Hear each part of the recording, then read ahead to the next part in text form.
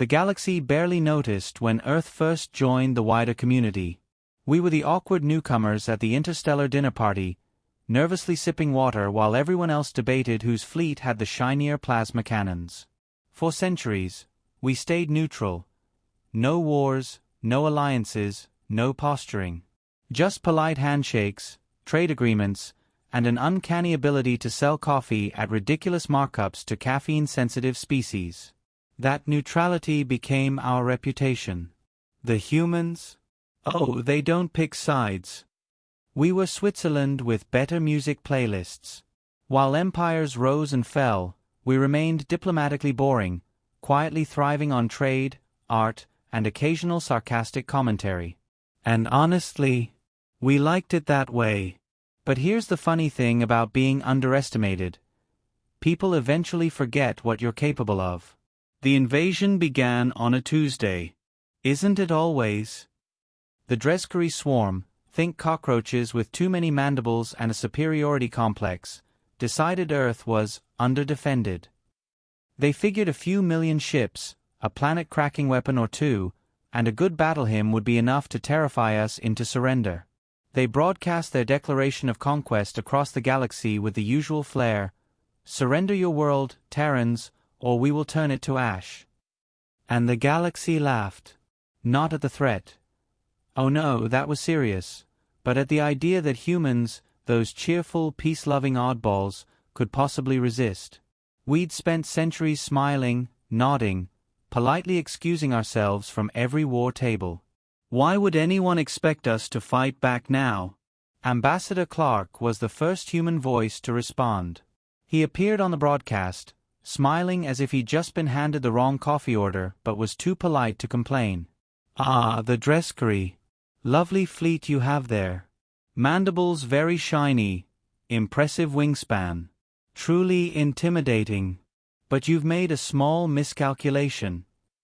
The Dreskery leader hissed. "We calculated everything. Your world is ours." Clark's smile widened. "See, that's the thing. We stayed neutral for centuries. We avoided your wars, ignored your insults, turned down your alliances. But neutrality wasn't weakness. It was restraint." He leaned forward slightly, voice soft as silk. "And restraint is a choice. One we no longer feel obligated to make." For 3 seconds, the galaxy didn't understand. Then Earth went dark. Every signal, every broadcast, every trace of our chatter, gone. Silence.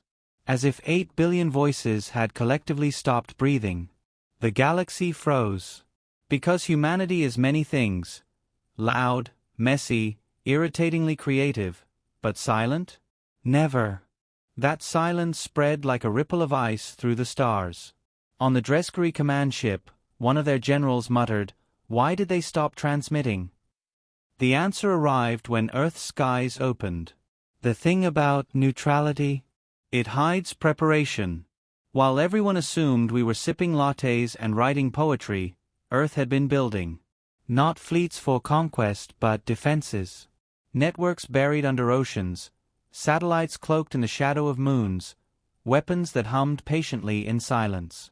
And beneath that, something worse: plans. Contingencies. Strategies no one had ever seen deployed, because no one had ever pushed us far enough to test them. The first salvo wasn't flashy. No fireworks, no dramatic speeches. Just one Dreskery battleship blinking out of existence as if deleted by a bored editor. Then another. Then 20. The galaxy's laughter died. On the Galactic Council's floor, Ambassador Clark strolled in, calm as ever, while delegates buzzed in panic. "Oh, don't mind the noise outside," he said, adjusting his tie. "That's just Earth responding. We did warn the Dreskery." "You call this peacekeeping?" snarled the Vaith speaker, a feathered aristocrat who'd once dismissed humans as amusing pets. Clark gave a polite shrug. "Peacekeeping, pest control, tomato. The Dreskery doubled their assault, flooding Earth's orbit with ships. That was their second mistake. Because humans, when threatened, don't just defend. We adapt. We cheat. We get creative in ways that make even the bravest predators reconsider the food chain. Reports filtered in across the galaxy. Dreskery ships vanishing into dead zones of space. Traps laid centuries ago, disguised as abandoned mining sectors. Fleets shredded by swarms of drones disguised as asteroid debris. Planet crackers disabled by what appeared to be pigeons. Yes, pigeons. Thousands of genetically engineered birds packed with counter-nanotech, scattering like confetti through enemy systems. The galaxy watched in horrified fascination. "Why pigeons?" asked the bewildered Zaloth ambassador. Clark sipped his tea. "Because no one ever suspects pigeons.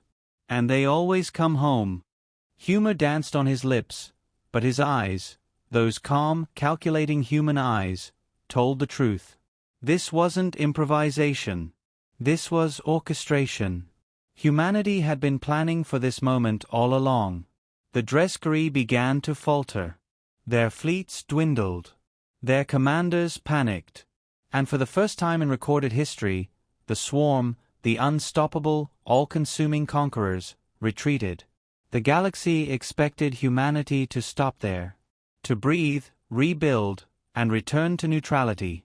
But humans don't stop at just enough.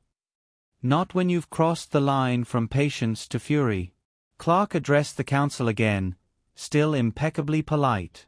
"Ladies, gentlemen, esteemed beings of all configurations, you may be wondering how far Earth intends to go. The answer is simple. Far enough to ensure no one makes this mistake again." "Are you declaring war on the galaxy?" someone whispered. Clark's smile never faltered. "Oh no. Just on those foolish enough to mistake our silence for weakness." And then the feeds lit up. Entire Dreskery colonies, gone dark, overtaken not by brute force but by precision strikes, surgical and deliberate. Their war machines dismantled, their command centers repurposed, their leaders captured alive and humiliated in front of the galaxy. The irony wasn't lost on anyone. The species that had avoided war for centuries was now waging it with terrifying efficiency. But here's the twist. Weeks later, after the Dreskery's surrender, a curious message leaked. It wasn't meant for the galaxy, but the galaxy heard it anyway. A human general, speaking to Clark in a private channel, asked, "So, Phase 2? Clark chuckled softly. "Of course. The trap worked perfectly. The Dreskery weren't the real enemy. They were just the bait. Now the galaxy has seen what happens when humanity is forced to fight. Fear will keep them in line for centuries." And then, almost as an afterthought, he added, "Besides, we were getting bored of being neutral." The channel cut. The galaxy trembled. Because the humans hadn't just defended themselves. They'd staged the whole thing. The neutrality, the restraint, the sudden eruption of force, it was all part of a performance. A carefully crafted illusion designed to send one message loud and clear. We are polite. We are patient. But push us too far, and we will end wars, not with peace, but with finality. The galaxy had learned to laugh at human neutrality. Now, it learned to fear it. And Earth. We just smiled.